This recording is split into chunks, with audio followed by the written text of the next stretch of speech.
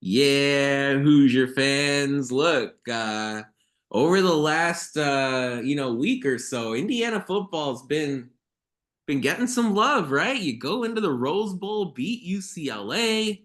Joe Buck is shouting your team out on Monday Night Football. Indiana returns home and kicks the life out of Charlotte for 4 quarters. Well, like 3.8 quarters. There was like a little blip there early in the game. But overall, Indiana now 4-0.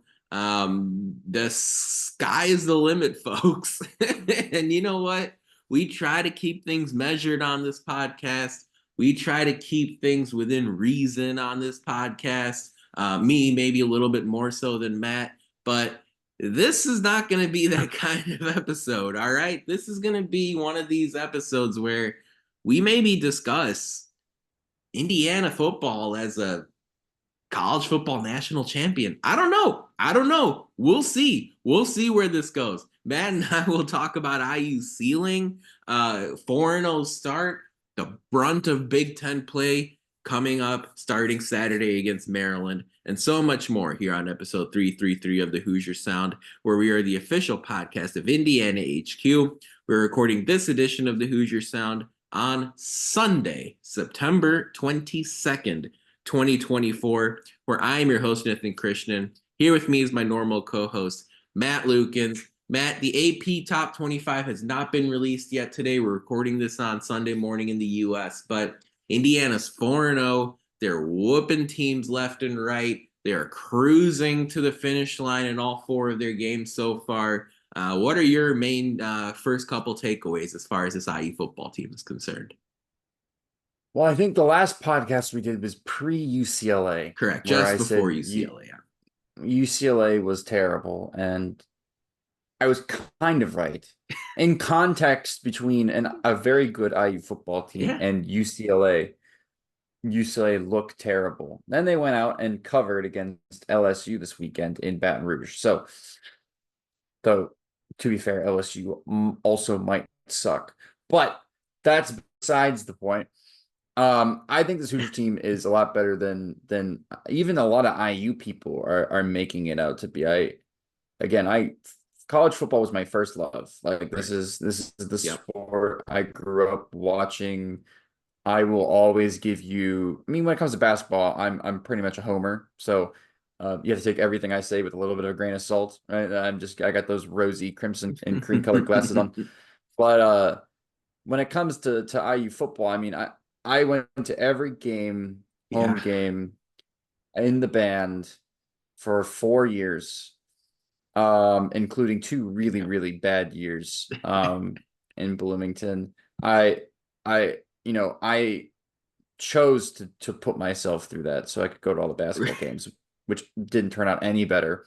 Um, but that's besides the point. Like my allegiance to IU football is less than my allegiance to IU basketball. Mhm. That's not to say I don't love IU football, but I'm saying that IU football has hurt me in ways that IU basketball has somehow Yeah. also hurt me. Yeah. But I don't have the same connection to college football or college basketball as I do to college football because growing up in Florida, college football is king. Yep. So with all that information dumped on you guys, this is the best IU football. All that being said, all that information I just dumped on you guys. This is the best college football team I've seen at Indiana. It's not close. Um, I don't think it's crazy for me to say that this team might end up being the best team in the history of the school. Um, and people will be like, what are you talking about? We went to the Rose Bowl in the Yeah. 60s, blah, Yeah. blah, blah, blah, blah, blah, blah. Coach Mallory and yeah, all that stuff. Yeah. But the Coach Of Mallory course, teams, which were really, 2020, really right? good. Of 2020. course, look, 2020 team. I understand. I'm listening to all of you guys go, this guy knows nothing about college football. I'm telling you, college football is way more competitive now than it ever was. Way more Yeah. competitive now. There's way more talent. The intricacy of college football has risen very close to what Yeah. NFL teams run now when it comes to offenses and defenses. In the 60s and 70s, you could field a team of really good players. You just get lucky on one or two guys, and they can carry a team. Back in those days, uh, that's not the case anymore. You got to build a squad. You got to build depth, which is something that Nathan's going to talk about here at some point in the podcast. Soon. It's coming up. This team has everything you want in a college football team, in a winning college football team, and Cignetti, Coach Sig, has laid a foundation for a winning program in Bloomington, which, outside of the Bill Mallory area, really no other coach has been able to do that or even, come close to accomplishing anything. I mean, he's the first coach in the history of the school to start 4-0 during a season. I mean, how pathetic, but also how amazing is that he comes in 4 games in 4-0. I get it. It was a cupcake schedule. You don't have to explain it to me, but I would be sitting here telling you guys, kind of pump the brakes. If, let's say we struggled with Charlotte, if we struggled with FIU, if we got out by the skin of our teeth against UCLA, if we only beat Western Illinois by 40 instead of 70, I would be pumping the brakes a little bit, being like, all right, we still haven't played really anybody yet, and we're lucky to be 4-0. No, we are not lucky. We're the first team in college football this year to score 200 points. And we did it in 4 games. We're averaging 50 points a game. You know how hard that is to do in the new college football game, let alone in real college football, with real people, full quarters and everything. It's hard to do what they're doing, and they're doing it and they're executing it at a very, very high level. And it's breathing confidence into me. That I will say that, however, with all that I just said, this Maryland game is the litmus test. This is the put up or shut up week. This is what it is, because you played 4 teams that I think all 4 are bad. I think FIU might actually be sneakily okay, but either way, I think you've played at least 4 mediocre college football teams. Maryland by no means is good, but Maryland is tricky to play, and they have been tricky to play for IU for a couple of years now. IU Maryland games are always crazy back and forth. And even remember last year's game, right? So if IU can go out there and manhandle a pretty decently talented Maryland team, I'm gonna start really believing. Sure. You're gonna see me tweeting every 5 minutes that I think we're going to the Rose Bowl. But for me, I've come down the high that where I was at earlier today. For me, and I've come down off that high. And I'm kind of riding a very nice, smooth and steady sativa like sure buzz. Where it's kind of like, all right, Sig involved, not maybe potentially. Yes, a couple cigarettes involved, yes, real ones. But no, Six season. I really think that this team is special, but they got to prove it this week, and hopefully the fans help them and show up. By the way, because I get the weather was bad, just too hot on Saturday, but there should be no excuse. I mean, it's gonna be the last Saturday in September in Bloomington. It should be perfect weather. It should be beautiful football weather. You need to get your butts to the Rock. Yeah, and look, I get it. Okay, and I'm one of those people similar to you, Matt, that was at every home game when I was an undergrad. I was I was willing to travel as a fan to road venues across the Big Ten footprint, the old school Big Ten footprint before drastically changed.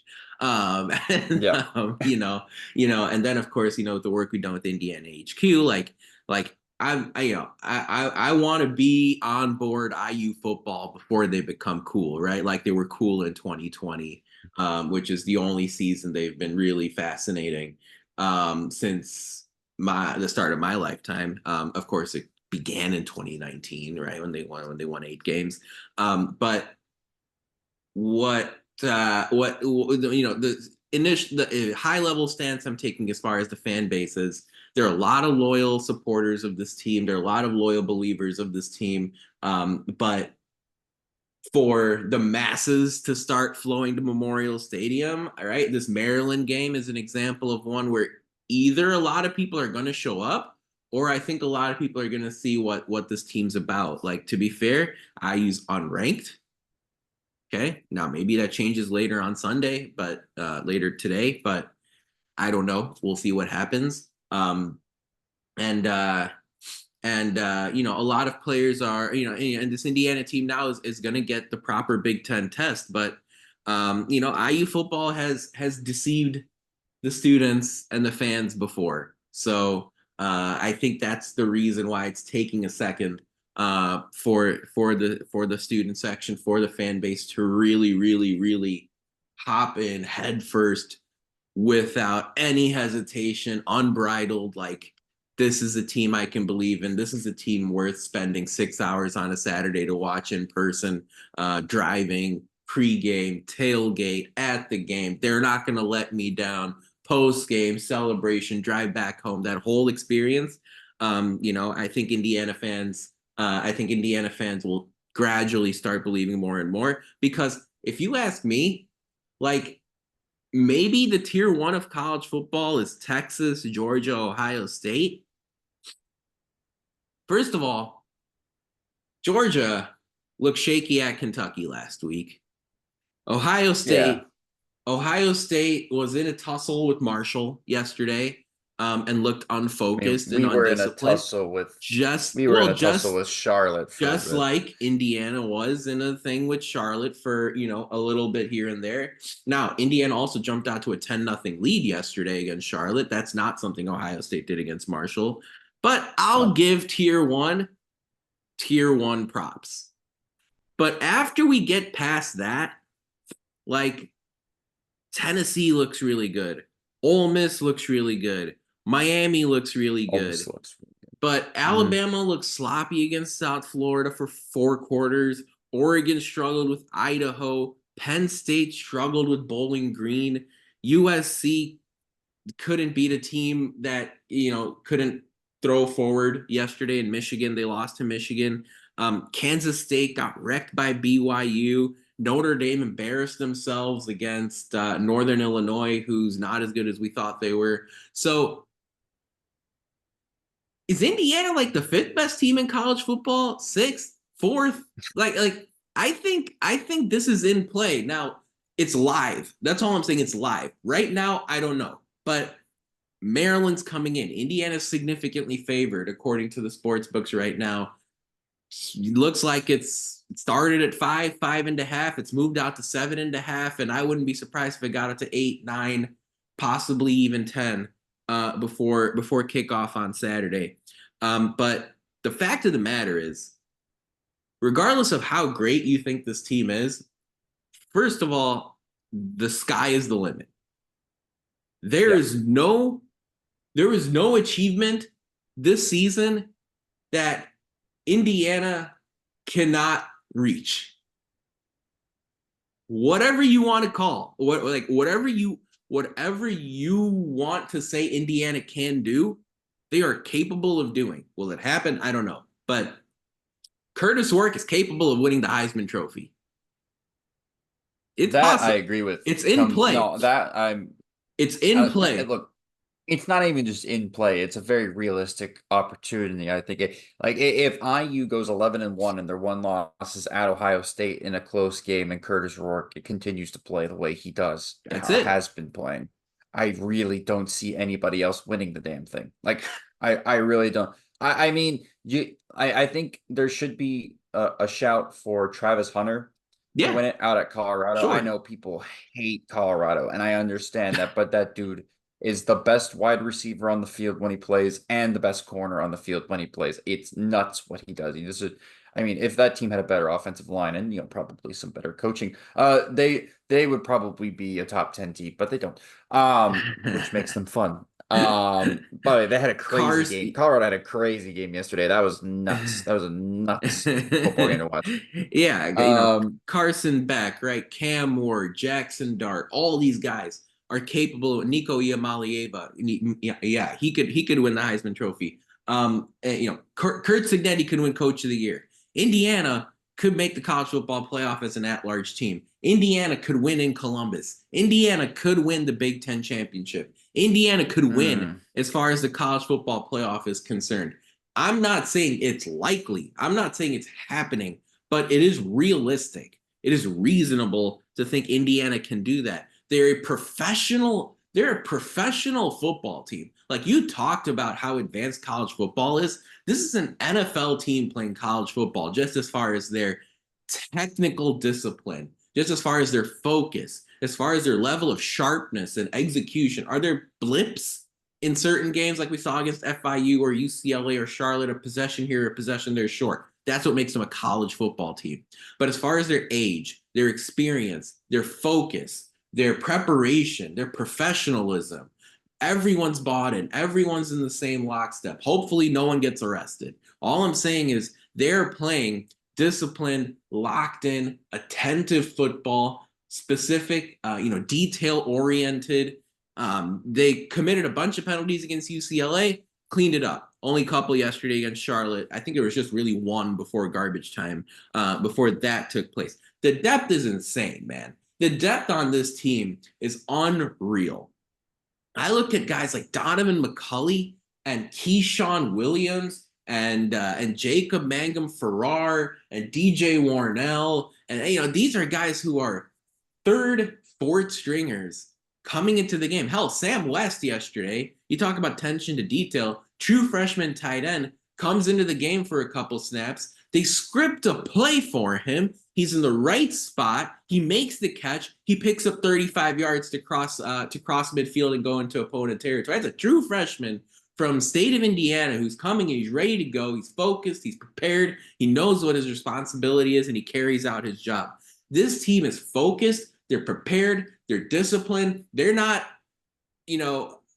Ohio State levels of explosive or Georgia levels of defensive toughness and muscle and NFL scout prospect talent or whatever. But Curt Cignetti knows exactly what he's doing with this team, and they're old. And right now in college football, you win with your 20 and you're 21 and you're 22 years old. And Indiana's got a bunch of guys that can do that. And they are going to kick you in the teeth or they're going to throw a 50-yard touchdown on your head because Curtis Rourke is playing quarterback 501 right now. He's playing quarterback at a PhD level. He is picking teams apart on third down. He's getting into a rhythm with his teammates. He's spreading the football around. I don't know how I would game plan against Indiana, but as far as I'm concerned, Matt, this is a professional football team. They're a prepared football team. They remind me of some of the really good Wisconsin teams that we watched over the years, like the Russell Wilson Wisconsin teams that were able to move the ball down the field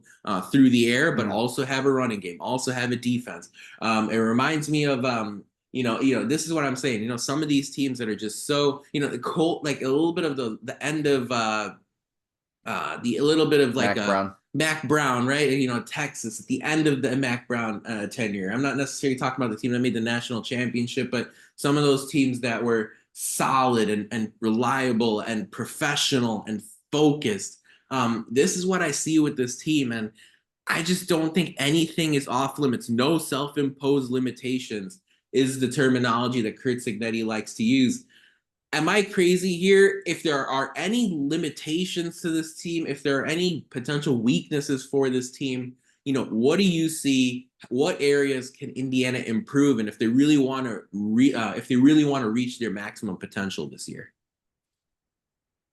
I mean, I think Curt Cignetti said that he's not imposing limitations on this team himself, right? So it's his phrase, it's his term. We as fans at this point should believe him in that and really shouldn't put limitations on the team. You can trust him. I will say I hate that the sentence is going to come out of my mouth because then I'm going to take all responsibility if it happens. But there is a world in which this season goes off the rails, and that is the Mm, health and yeah. safety Yeah. of our. I'm not even gonna say his name. I'm just gonna say our quarterback. Mm-hmm. And Mm-hmm. I'm not Mm-hmm. tempting fate with this. I'm just gonna say the guy that catches the football from the center. Yeah.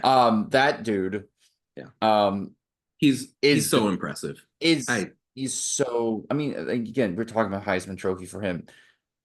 I don't think that's out of the realm of possibility. This team goes 11-1 when they were 3-9 last year, and they bring in him to be the QB, and he takes Taven Jackson's job from last year, and make not only makes it his own, he basically invents a new way to play the position at Indiana. He hasn't Which turned the is ball over yet. I mean, let's knock on wood. I mean, he may not return it over the rest of the year at this point. I mean, who knows? Um, the receivers don't drop footballs. Um, the offensive line gets push. The running backs find gaps and find holes. Uh, the defensive line gets pressure while only rushing four. The linebackers actually tackle. The corners actually cover. The safeties do their thing. I would say that the one weakness of this team is actually the defensive scheme. I think there's certain teams that this team is just going to struggle against. I think one of which is we're going to talk about whether we think they're good or not, but the Michigan Wolverines. I think Right. a team that can move and rush and run the football. I think Sure. Ohio State's the same way, the way they play with Quinshon Judkins. Um, the way both those teams run the football. Charlotte was able to move the ball, running the ball against this team. They were for a couple Yep. drives getting like 6, 7, 8 yards a carry Yep. on this team, and that's the defensive line is so aggressive that they actually extend past the runner of the football. Right. There's a couple times where I mean, eh, Carr Mm-hmm. and Kamara um and Carpenter, Kamara and CJ Way. Carpenter, and they're just behind the ball carrier. Like they got so deep into the Into the backfield. backfield Yeah. that Charlotte had already given the ball off, or was in the process of giving the ball off, and they were behind them. Like they get off the line so fast, so quick. Um, you can really obviously tell that they pay attention in film to the snap count, to the process in which the quarterback normally goes through to start plays and whatever. And they were getting really good jumps against Charlotte. They've been getting good jumps all year. But sometimes they're getting too good of a jump, right? Because you kind of want your D linemen to sort of be like pawns in a chess game, Mm-hmm. right? You want them to kind of be that first line of defense that you kind of have to skip over first and kind of go around and work around a little bit so that those linebackers can find those gaps that they're supposed to hit and the safety can come down and help stop the run hopefully at the line of scrimmage and they're too fast. They're just getting there too fast and they're creating these big holes by just kind of over pursuing on run plays. And so that's the one weakness that Sure. I really see in this team. But other than that, I mean, the wide receivers deep. I mean, Don McCauley is a backup. He was maybe our best player Yeah. last year. Um, uh, I thought we were going to miss Jalen Lucas a lot in the running back room. We go and get Kalon Black and Elijah Green, Yeah. and Tyson Lawton And and Ellison, just Justice. Yeah. I and mean, as Justice Allison. I mean, we have a four-headed monster in the backfield. The nice change of pace. You have Ellison, who's just a do-it-all back, super steady. You know what you're gonna get from Tyson Lawton. Runs like he wants to hurt somebody on the other side of the ball, and I freaking love that every ugh, time he runs with such ferocity. It's power. it's Yeah. insane, such power and attitude. It's Physicality. awesome. And then Green and Black, they're both. They've Well, had their last names might be colors, but they got people grasping for air, because because they're so fast, both of them. Their change of pace is crazy. So Well, I mean, can we I talk love like this team. just for a second on that? Yo, I think Curt Cignetti might honestly be reinventing strategy at the running back position right now in front of our very eyes. It's interesting. Mm, He almost uses it like a pitching staff in the major yeah, leagues, where it's like yeah, Lawton and Ellison are like your starting pitchers, 6, 7 innings, and then he's using yeah. Elijah Green as the closer. And Mm, maybe this is all just because Indiana's playing weak opponents right now, even though, like you said, UCLA looks better than advertised, and we'll see. But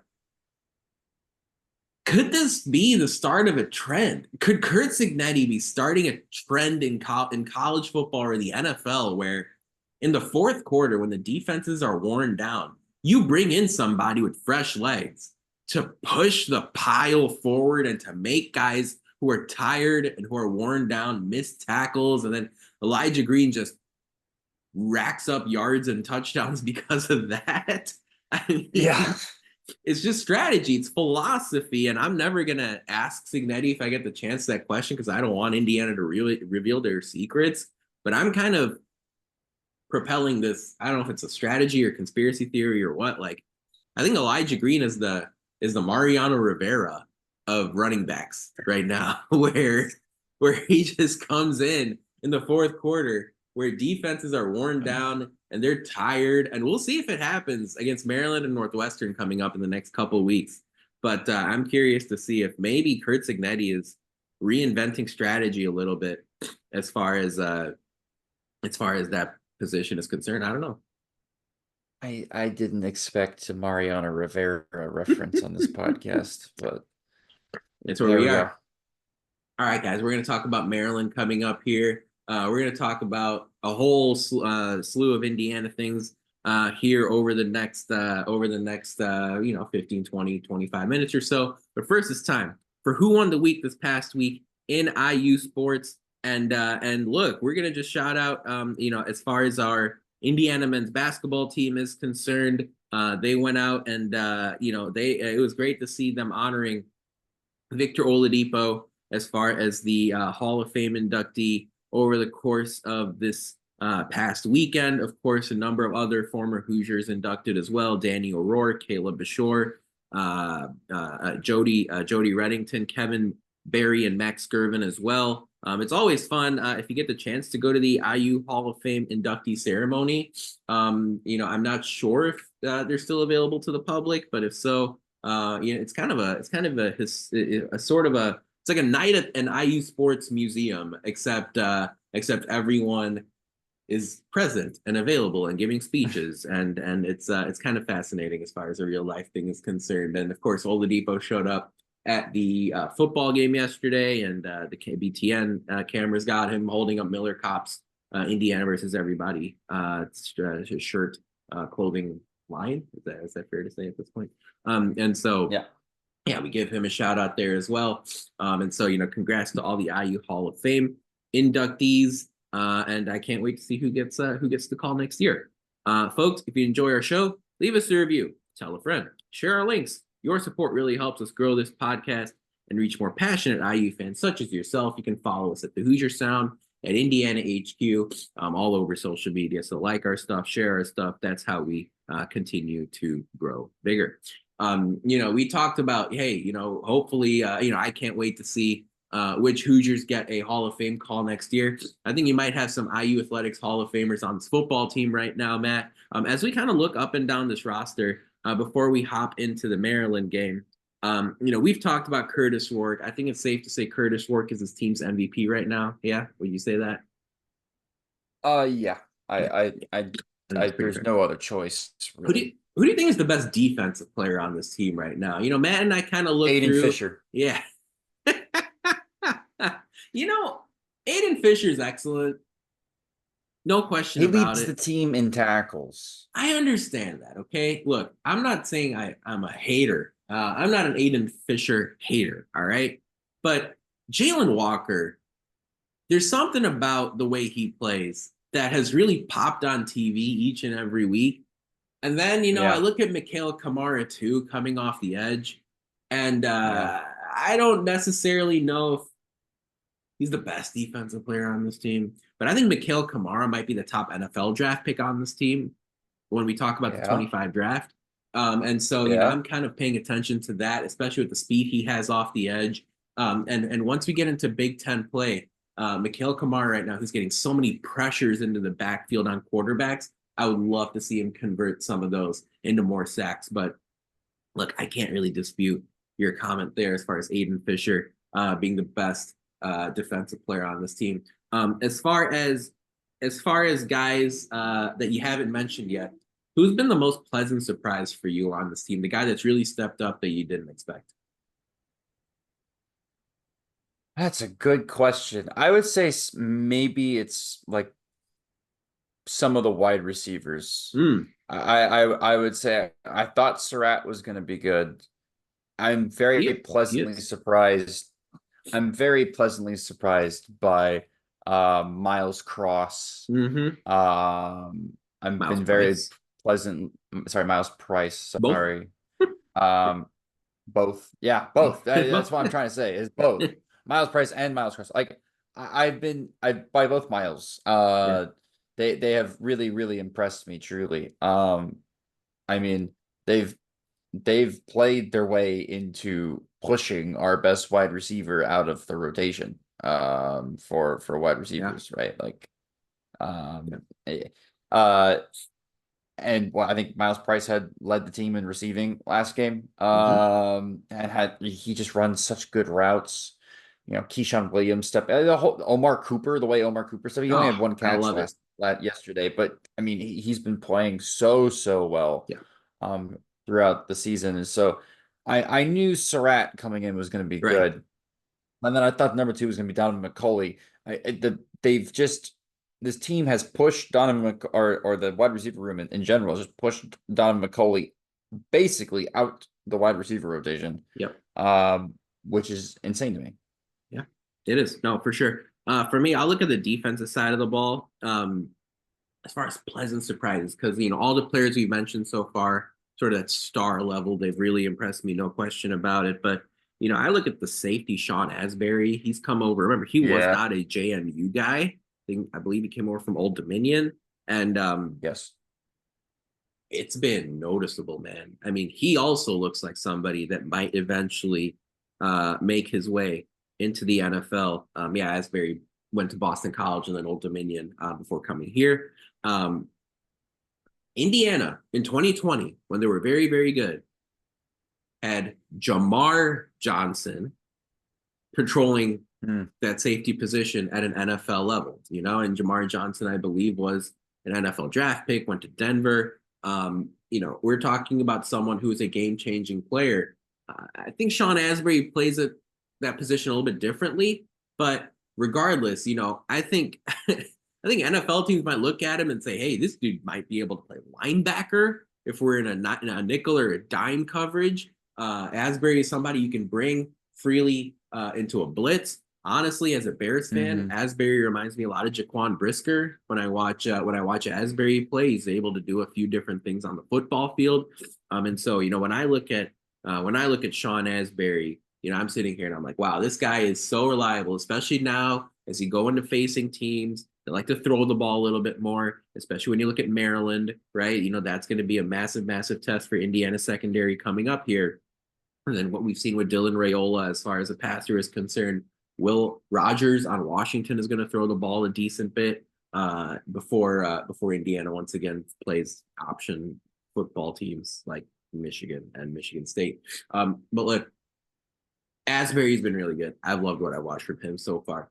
Between now and the end of the season, Matt, who are one or two players that you think will need to make a big difference, who will need to step up? Maybe they haven't done so quite yet, but who are one or two players that you think, man, if they play well, Indiana can really accomplish a whole lot of stuff this season. Well, I mean, it's only been 4 games, but D'Angelo Pons has only Mm, defended against 2 passes.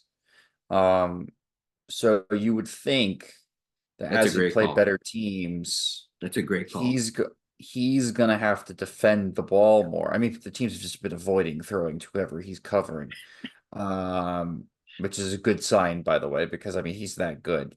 But as teams get more, better and more bolder, they will start throwing in his direction. Sure. Um, and this team hasn't for how many, how much success they've had, Yeah. really hasn't forced a ton of turnovers. True. Um, Very so true. I mean, I'm looking at D'Angelo Pons to maybe be that guy that can kind of give Indiana some game winning or game clutching plays as teams have to start throwing towards their number one target that hopefully D'Angelo Pons will be covering. That call. And then on offense, I would say I want to see even more from Tyson Lawton. Like I Mm-hmm. think he's the kind of the back that IU is going to need during games that are Yep. close and they got a 3rd and 2, a 3rd and 1, and they just need somebody who just doesn't really care that there's a guy standing in front of him and Yeah. just sees green grass behind him and just runs like the guy is not there, forward to get a couple yards. Like they need that power back. So Yep. if he can stay healthy and stay, I mean, he's averaged 5 yards a carry last game. If he can stay productive like that, this team is going to be in a good place. Yeah, that's a great call. For me, offensively, Zach Horton, the tight end. Yeah. I think he's a really, really good player. He's someone who can I watch that. I see 44 flying across my screen as a tight end, and I'm like, Dallas Clark. And I know he's not Dallas Clark. But I'm like, Zach Horton is somebody that once the weather starts getting colder, I can definitely see Curtis Rourke relying on him on Horton a little bit more, especially when you get down into the red zone. Right now, you really, really want to avoid kicking field goals. Indiana kicked a field goal yesterday, kicked a field goal against FIU on a red zone trip. I want to see Indiana continue to convert those possessions into touchdowns at a high level. I think Zach Horton will really help as far as that situation is concerned.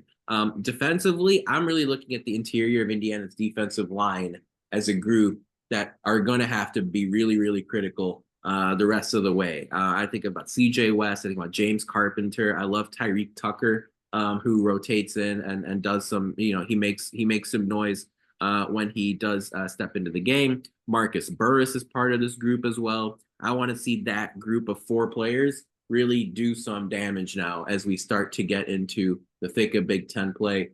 You are going to need these guys if you are ranked, and Indiana is number 14 in the country, hosting number 12 Michigan. You're going to need those guys to make some really big plays. When Indiana hosts Ohio State can throw the ball, but they also have Judkins and Henderson. You're going to need those defensive tackles to really, really step through there and do some damage. So those are the guys that I'm paying attention to as far as Indiana is concerned, and seeing those players step up and develop, so that IU could potentially reach the college football playoff. I think that is in play here, folks. That is the same normal sentence that we are saying here on this podcast. Maryland comes to town on Saturday. This is, like you said, a sort of a more legitimate Big Ten test than UCLA is, even though this game is in Bloomington. It's a noon Eastern start on Big Ten Network. As of 9:30 a.m. Eastern, Indiana was a 7.5-point favorite. The Hoosiers remain a 7.5-point favorite here with an over under of 54.5. So the books think this will be something like a 33. No, that's not right. Like a 31-24 type of game. 31-23, 31-24 type game at Memorial Stadium on Saturday. This is a solid Maryland team. Billy Edwards has taken over at quarterback. Edwards scored a game-winning touchdown in Bloomington a couple of years ago after Talia got injured. Now Yeah. Edwards he has taken over as the team starting quarterback, and it's been pretty seamless. He got the call over MJ Morris, who transferred in from another school, and Billy Edwards has won the job, and he's been really, really good. He and Curtis Rourke are both across 1,000 yards passing, and that is because Billy Edwards, unlike Curtis Rourke, doesn't really spread the ball around. He force feeds a guy, and he force feeds a guy a lot. And it's really a two-headed monster as far as receivers are concerned. As far as Ty Felton and Caden Prather, Ty Felton has 41 catches and 604 receiving yards on the season. Caden Prather, 21 catches of his own and over the 200-yard receiving mark. Maryland is 3-1 though, Matt. They stubbed their toe at home to Michigan State in a game that they just really, really should have won. As you look at this Maryland team, Matt, what are some of their strengths, and how do you see Indiana fare against the Terps coming up on Saturday in Bloomington? I think a lot of people are taking this game for granted. I think a lot of people see this game as an automatic win. I don't see that. I think this is a feisty Maryland team. Again, I'd be terrified of this game if it was at Maryland, but thank God it's in Bloomington. I mean, they have two wide receivers on their team that make up more than half. Yeah, I'm doing the math right now. Make up more than half of the receptions for the team. That's Ty Felton and Caden Prather. Yep. I mean, the two of them have 62 catches of the 110 catches on the team. Nuts. So I mean, those are the guys that it's not a democracy. I would say the keys for IU winning this game is you're never going to be able to take those guys completely out of the game, but making those other guys in the rotation that have a max of 9 catches throughout the season beat you. I think that's what I'm looking for. Again, a big game out of D'Angelo Pons, right? Like this is the best wide receiver he's faced so far in a Hoosier uniform. So taking or at least giving Ty Felton headaches all day is a very important thing.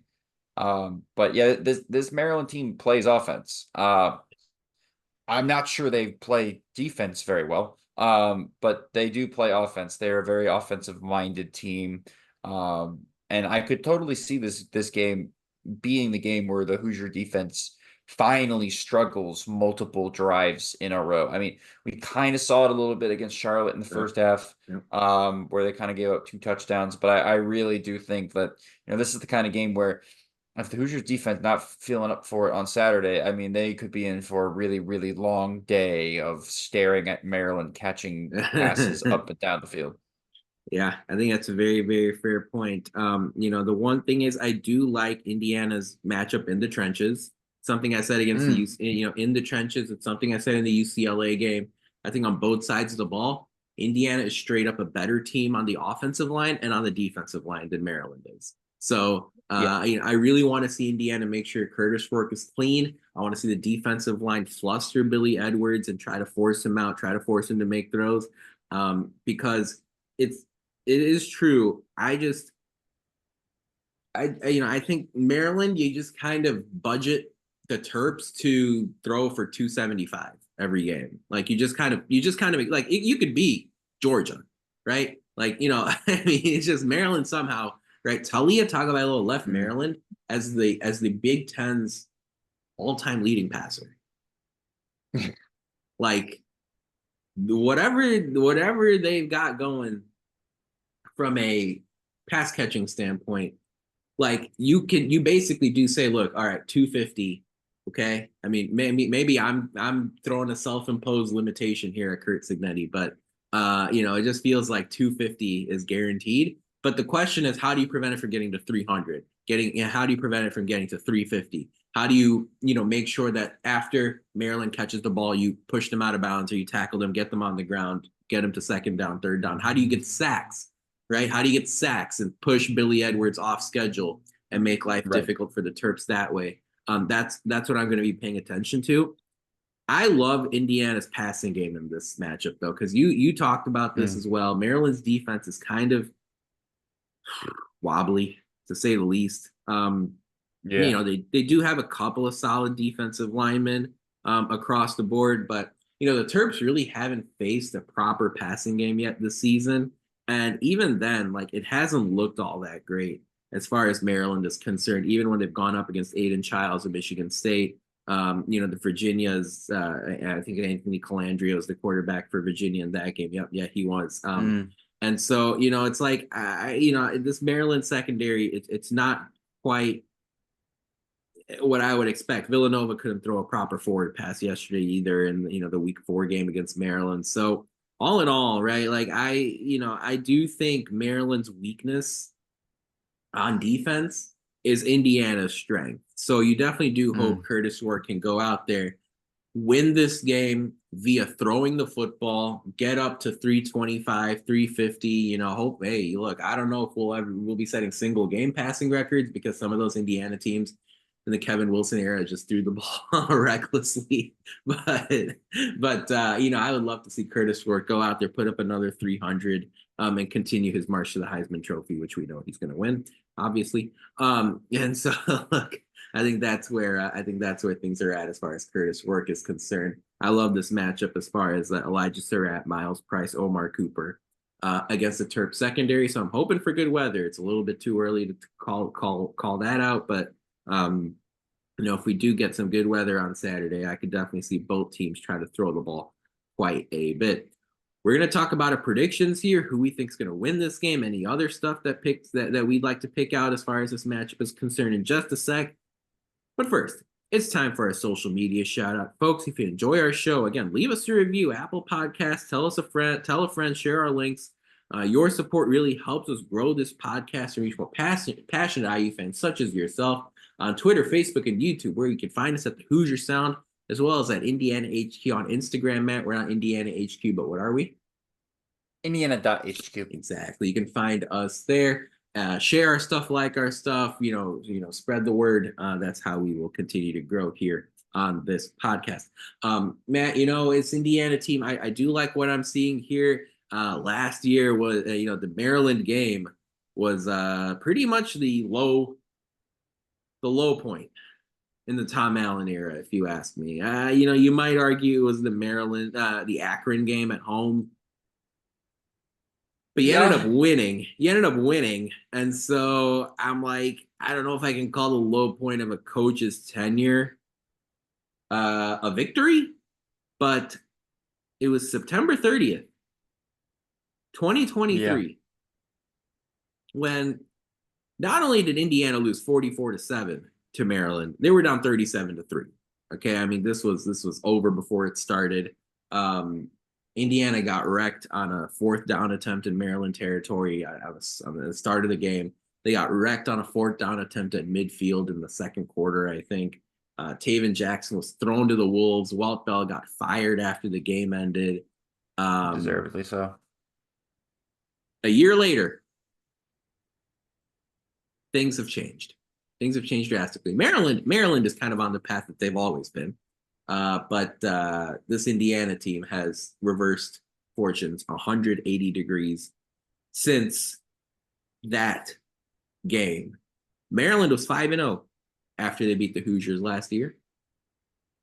Indiana could potentially return the favor. As we talked about this, Matt, IU is a 7.5-point favorite. With that over under 54.5, 34-27, 31-24 is roughly the prediction in the sports books. Who do you think wins this game, Matt? And by how much? I believe my Hoosiers. Okay. I think Indiana wins this game, and I think it's like 42-28. Ooh, okay. I think Maryland's gonna be able to move the ball on this team, and especially since I know this team hasn't played an offense near the caliber of Maryland's so far through 4 games. It's going to be a bit jarring for them, but it'd be a good learning lesson at the same time.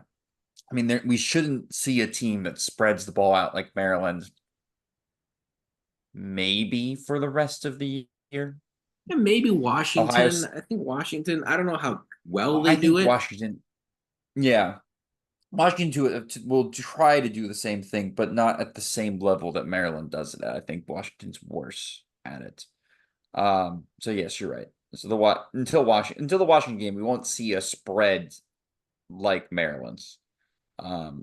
So I mean, it's like playing a different basketball team in non-conference that kind of has a different kind of defensive scheme. Like, it's good to get some tape to watch against a team that kind of plays like Maryland does, because who knows, maybe we go 11-1 and we play a team in the college football playoff in the CFP that runs a bit of a spread like this. Yeah. Maybe they're a group of 5 team that we're playing in one of the first games, right? So Yeah. it's good to play a team like Maryland. It's just they're also terrifying because they could very well put up like, 400 yards passing, and Well, we could we look want up, we want on Bama. We Saturday. want Bama, Like, Matt. We want Bama. we want Bama. We want Bama. Miami, I guess, maybe. Tennessee, sort of. Maybe, Not saying maybe. they run a spread, but open Tennessee up the offense. Tennessee opens up that they run a very Josh spready Heupel. spread. Yeah. Yeah, I also do think Indiana wins this game. You're at home. You're going to go into this game, I'm assuming, with the same focus and discipline and attention to detail that you have in previous games. It's nice to trust a coach. It's nice to trust a coaching staff that I think will put the Hoosiers in position to succeed. Um, Maryland, I think they're okay, but I think Indiana is really, really good. And Mm. so I think Indiana, I do think this game goes over as well. I do think Indiana wins this game 38 to 20. I think that's kind Yeah. of how this one goes. And um, I think Indiana takes care of business. I think get tested. But what I'm looking forward to here is Indiana maybe forcing a couple Maryland field goals. Meanwhile, IU converts these possessions into touchdowns and create some separation that way. I love trusting this staff in developing a game plan to slow down Ty Felton Mm. and Caden Prather in this passing offense. I could definitely see where Indiana potentially just forces some of these other guys to beat you. And if they do, then so be it. But I don't think Maryland will be able to do that. So that's how Matt and I see this Indiana Maryland game. We think Indiana will go to 5-0. We both think Indiana will go to 6-0 after playing Northwestern in a couple weeks. If Indiana's not 6-0, I got to ask some serious questions about what happened. So, hopefully we don't have to go down that road. Anything else Right. stand out to you as far as the Big Ten, Matt? A lot of action across the conference over the last week. Has anything popped to you as far as the conference is concerned before we wrap up here on this Sunday? I think the Big Ten is deeper and at the same time worse than I thought. What I mean by that is I think IU's really good. I think Illinois is really good. I think Nebraska, even though they had a bad showing and they kind of threw the game at home against Illinois, I think they're not bad because I think Illinois is that good. Ohio State, Oregon are national title contenders. Penn I think State's right Rutgers is there. good. Rutgers is good. I think Rutgers is good. Iowa might be good. I think Iowa's Even though good. they have a loss to Iowa State. I don't think Wisconsin's good. And then I think there's like those in Indiana's in that group, obviously. Yeah. There's that sizable group of teams. Yeah. And USC and Michigan. Yep. Yep. Which I just named about 10 teams. But that that's are kind of all how it is. Yeah. good. And then there's a cliff. Yeah. And then, Maryland's maybe holding on to the cliff I think somewhere they're there. holding. Yeah. And I think Michigan State's also trying to hold on to the best they can. Wisconsin, I think, is holding on. I think Wisconsin's terrible. They're so bad. I mean, they play a spread offense at Wisconsin, which one makes no sense. Two, they don't have any wide receivers, so why are you doing that? So they could And probably their quarterback's hurt. they could take any two of Indiana's wide receivers. Any two. Yeah. I'm taking they But go we're into not a going to let lottery. them. But yeah. I know, but I'm saying they could take any two, and our two wide receivers would be their two best wide receivers. Any combination. It could be Keyshawn, could be Keyshawn, Anderson, any Kobe, combination. Anderson, Kobe, yeah, they would EJ be Williams, yeah, exactly. They would be the best wide receivers at Wisconsin. I'm saying Northwestern and Purdue are that bad. Like they are fighting at the bottom for two of maybe the worst college football teams. And I'm pretty hyperbolic sometimes, so I understand that this might sound crazy, but they might be two of the worst college football teams I've seen exist in the Big Ten. Yes. They are that bad. Purdue is disgusting to watch. And it's kind of fun because, obviously we hate Purdue and it's fun to watch them lose, but it's also I don't really sad. care. And just like from a college football mind, like watching them play, it's kind of disgusting. And then Northwestern's just totally. I mean, last year was really a fluke season. It's like seriously, like with everything that went It's on rough. with the Fitzgerald situation, and they kind of bought. They kind of came together. They had the perfect mix of schedule that they pulled off enough wins to kind of be impressive, and Yeah. they had a little bit of excitement going into this year. They can't move the ball forward more than 3 yards down the field. It's a terrible watch. Their defense is pretty okay, but their offense is freaking disgusting. So And then I think Minnesota, UCLA, Wisconsin are right, like almost there. Like I think those three teams are almost there as far as yeah. the teams that are sort of already I think writing off the possibility of bowl eligibility. Hmm. I don't think I think those programs are focusing on development and getting better for next year. But yeah, no, I think that's fair. Yeah, Rutgers, because my thing is I'm really not sure who the two participants in the Big Ten title game are right now. I really don't know. And yeah, look, Ohio State likely, sure, fine.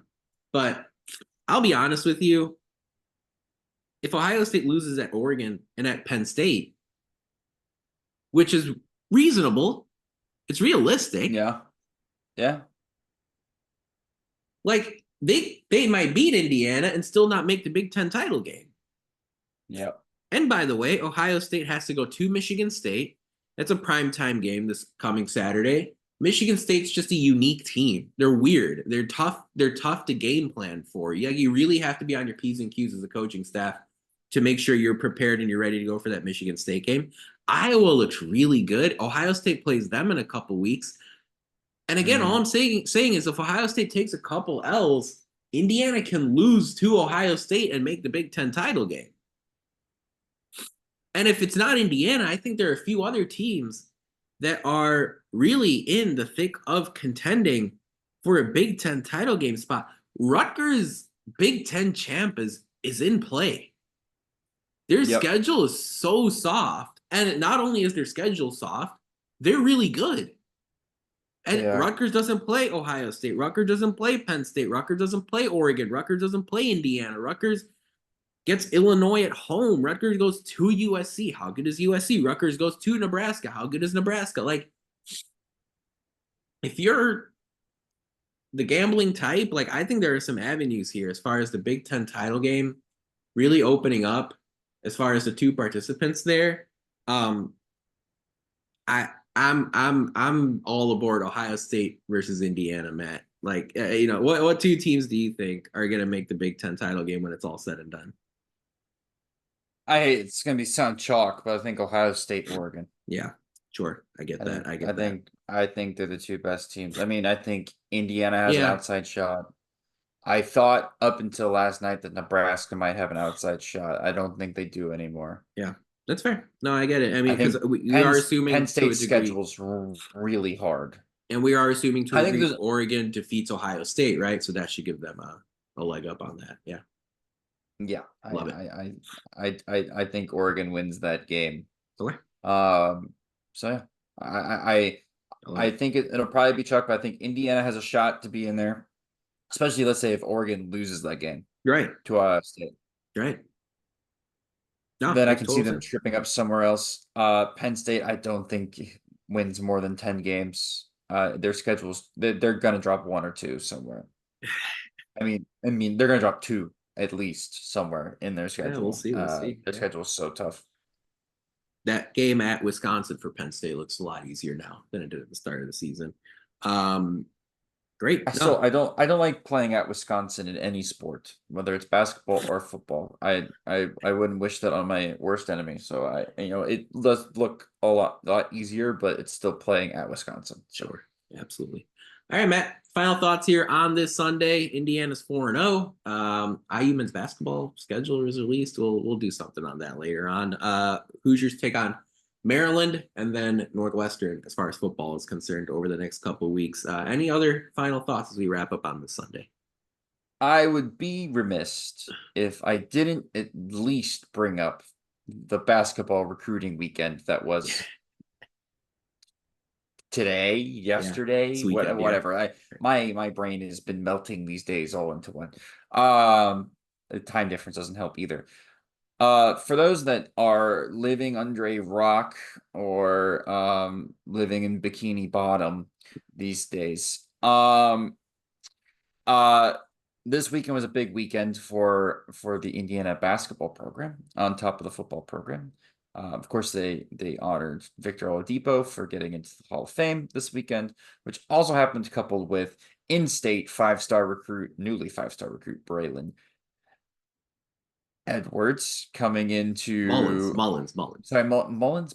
Who's Braylon Edwards, Edwards? Michigan receiver Right, Braylon from like Mullins. 2000. Yeah. Sorry, guys. I am running on 0 hours of Former sleep. So Cleveland as you can see, Brown. I can't keep my eyes open. Yes. Sorry. Braylon Mullins, brand new five-star recruit, in-state guy, top shooter in this year's class. That's a very, very loaded recruiting class for the incoming freshman for next year. Class of 25, I think is what he is. He's awesome. I mean, if you guys want to go look up, there's plenty of places online that have a awesome review on his game.